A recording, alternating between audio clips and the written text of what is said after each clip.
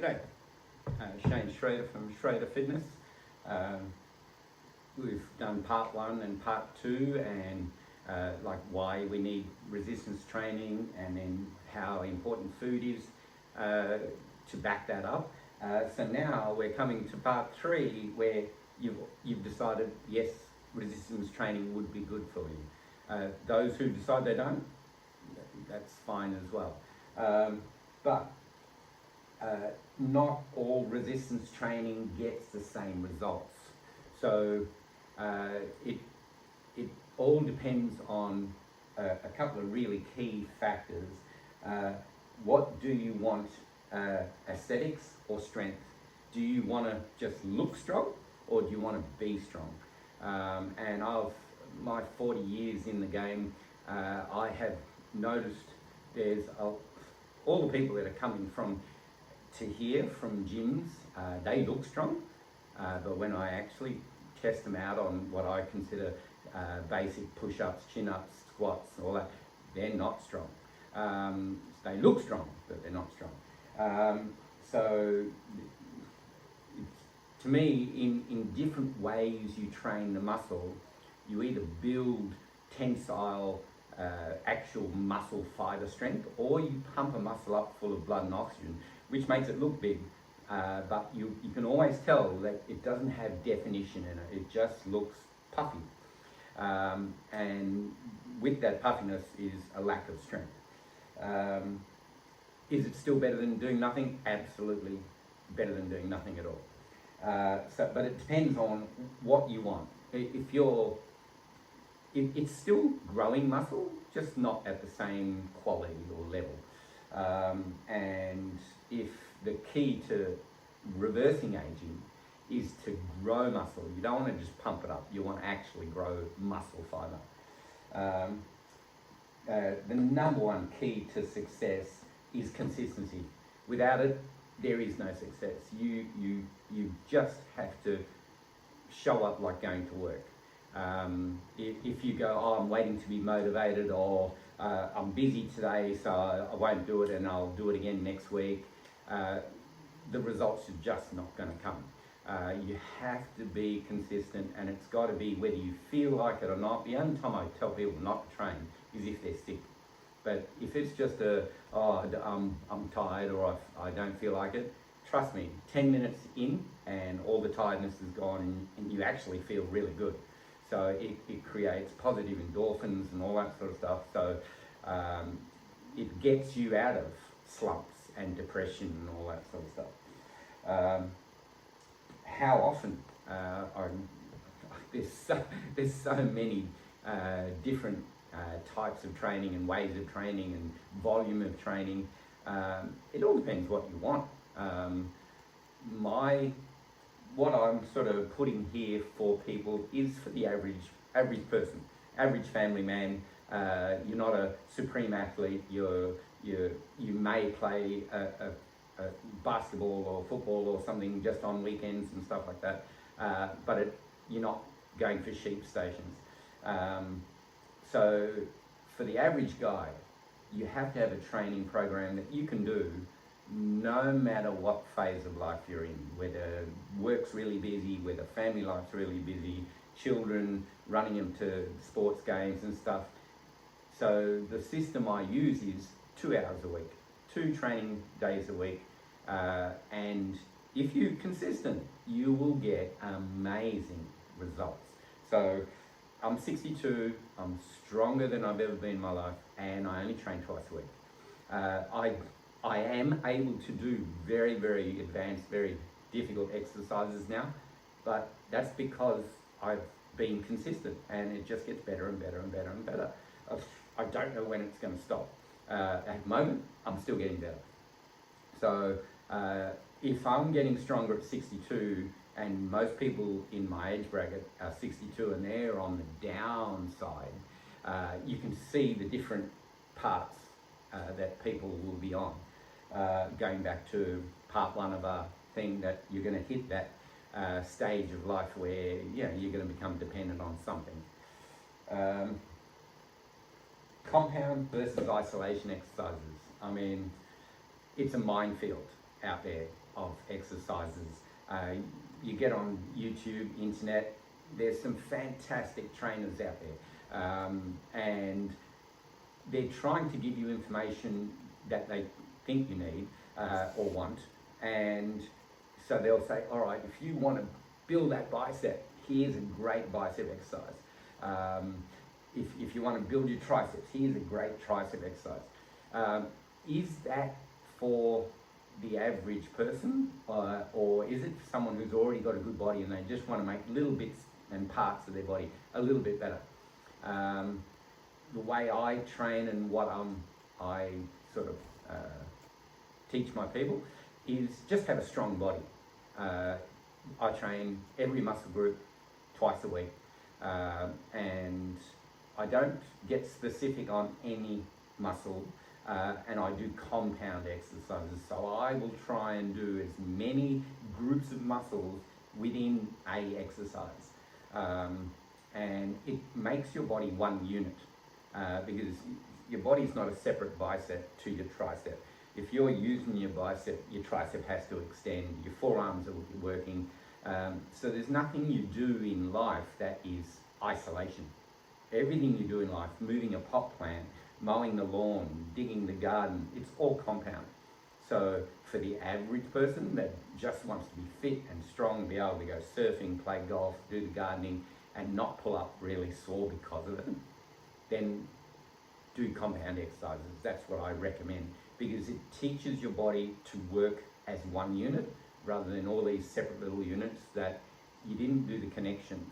I have had people in the past come here that are absolutely ripped, they got muscles everywhere, but they've done all their training's been isolation, and they could not get those muscles to talk to each other.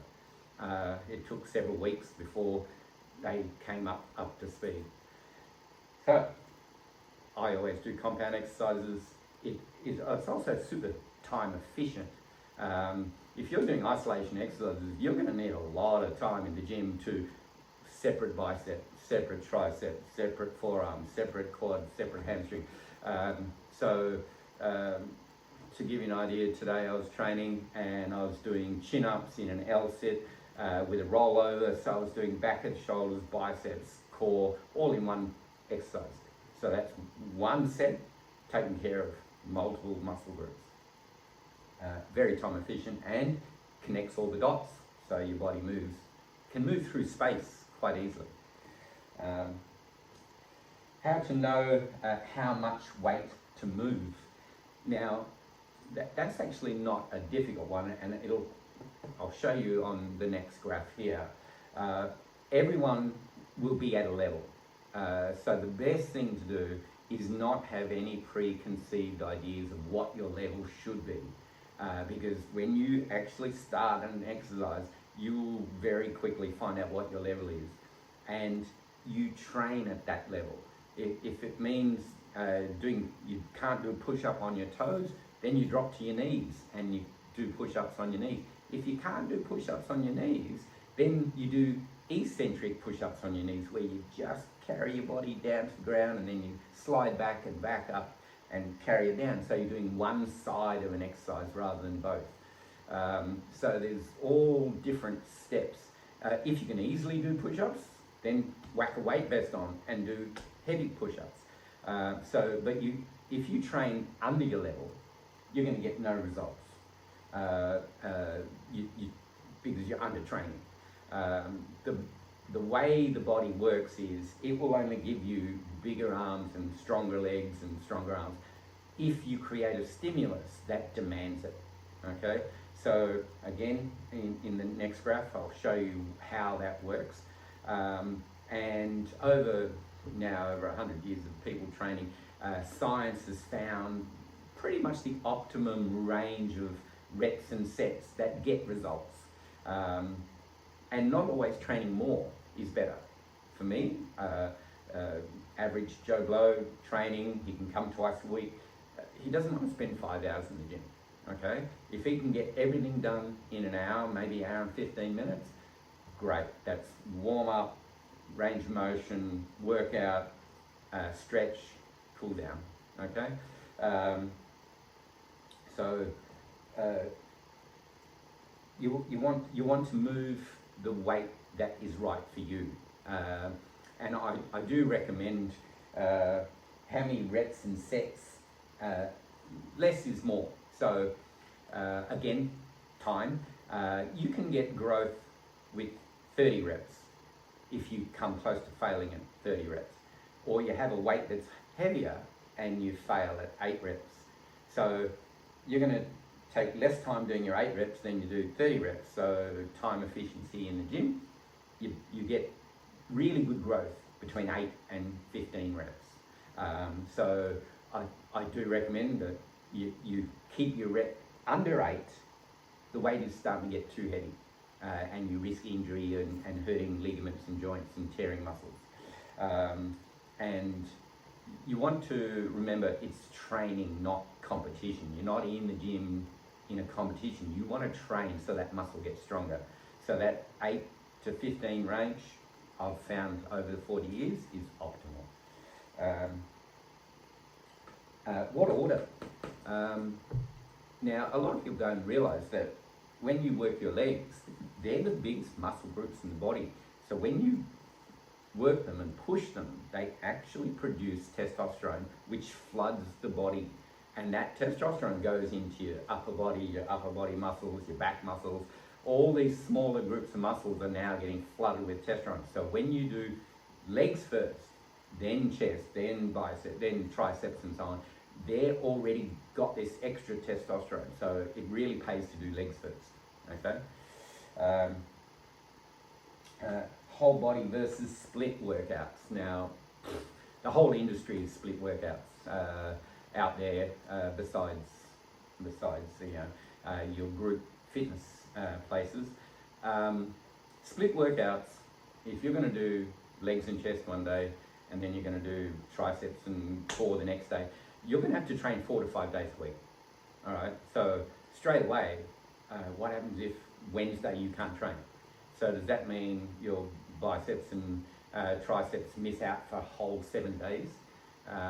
Because that's what will happen if you miss one of your days training. When you're doing 2 days a week, if you can't train Monday, train Tuesday. All right. So and because you're doing whole body both times, you don't miss out. So I don't believe split workouts are either time efficient or as stimulating to the body. I've really just found doing the whole body, your central nervous system has to supply you with an electrical current to move a load. All right. So when you're when I'm doing legs, but I'm doing upper body at the same time as doing legs, it's sending current to max out my leg muscles as well as max out my upper body muscles. So not only am I strengthening muscles, bones, ligaments, but my central nervous system to cope with load. And it's often why when people first start training in the gym, within 10 minutes they go, oh, I feel sick or dizzy, because their central nervous system actually can't cope with doing simple exercises. And it takes time, and that can happen up to 3 to 4 weeks where you feel pretty crap when you first start training. The main thing is you just stick at it and it gets better and stronger. So your central nervous system will grow with your muscles and bones. Cardio, strength versus aerobic. So cardio is a highly debated subject. Now, I've been training for 40 odd years. I used to train 5 days a week and do loads of cardio and martial arts and all that sort of stuff. But every 6 months I get sick, because when you're doing high volume cardio, you're actually hitting your adrenal system, which affects your immune system. So I don't recommend high volume, moderate to high intensity cardio. And this is the thing of less is more. So now I do my strength workout, and I never do any cardio in my strength workout. It's always at the very end, because you have 3 energy systems: phosphate, lactate, and aerobic. Phosphate lasts 10 seconds. lactate lasts 2 minutes, and aerobic you can use over several hours. So if you do any cardio, jumps or runs or sprints or anything like that, even pushing sleds, inside your strength workout, you're going to use all three of those systems to do that. And then when you go back to pushing a heavy load, you've got no phosphate and lactate. It takes another 3 or 4 minutes to get back into your system and working, and it'll be depleted. So always leave your cardio right to the very end, and I only do 3 minutes of cardio. And again, at 62, my fitness level is constantly improving. That's only doing 6 minutes of cardio a week. All right, so that's not to say you don't go for a walk, go for a swim, go for a light jog around the park. Outside of your training, you want to do zone 2, which is very easy, very light workout in aerobic cardio. So strength cardio is you got to, like, I'm lifting a heavy ball, or I'm doing burpees and catching my body, or jumping and catching my body weight in my legs. So you're using strength in a fast motion, and the effect on your body, it's hard. I won't kid you, it's really hard to do. Even mentally it's hard to do, but if you can't do a minute, start at 30 seconds. If you can get to 30 seconds, then over time you go to 35, 40, 50, and then you stop at 1 minute. It's no point going past 1 minute.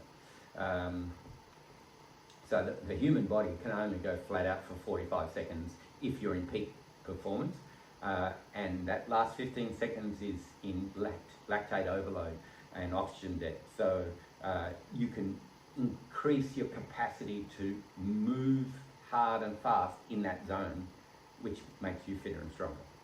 So there's all the things that I reckon you should put forward when you're going to join a gym or do some strength training. Is you want to do, I do a warm-up set, so never start with a hard set. Do a warm-up set, let the muscles know what they're about to do. Then you do a hard set, and that's your 8 rep range. Then you do another hard set, and that 8 rep range, you want to come as close to or maxing out in that 8 reps. Then you do a 15 set, and again you're hitting as close to or maxing out by 15 reps. And that ranges, grows muscle, grows strength, works your heart. Like sometimes doing a slow, hard exercise, your heart rate will go up to 160, 170 depending on your age. Doing it very slow, so you'll think you've done cardio. So 12 warm up, 8 hard, 15 hard, done. Next group of muscles. Okay. So just going back on that. So we got reps and we got load. So the warm up set, I start at say level 3, 4, and it'll, as you go down to your 12 reps, you increase, but you don't want, this is your sub-max. This is where you're going to max out. 10 is 1 rep max, and you can't do any more. We don't want 1 rep maxes in training. So we want you to get to that 8 level where you can't do number 9, okay? And so 8 reps, maxing out as close to, the best results come in the one that you get halfway and you can't finish it, as long as you're in good form. Then you do your 3rd set and you drop the weight, and you're always doing things. If you're pushing a weight, you push it firm and then you come back slow. The carry back is where you develop a lot of strength. So power for the out and then carry that weight back, builds that strength. So 3rd set, you want to hit this 8 level again on 15 reps, where you get 13, 14, 15, can't do 16. If you can do 16, then do it. And if you can do 17, do it. It just means you set your weight too light. All right? On that 2nd set and or 3rd set, if you can't do at least 6 reps, that weight is too heavy, okay? Drop the weight and get it where you can do 6 to 8 reps. On the 15, it's 13 to 15 is your range that you're trying to target. So if you max out at 13 on your third set, great, you're still right in the pocket, okay? So I hope that has helped, and if anyone's got any questions, feel free to message me, and like and subscribe. Thank you.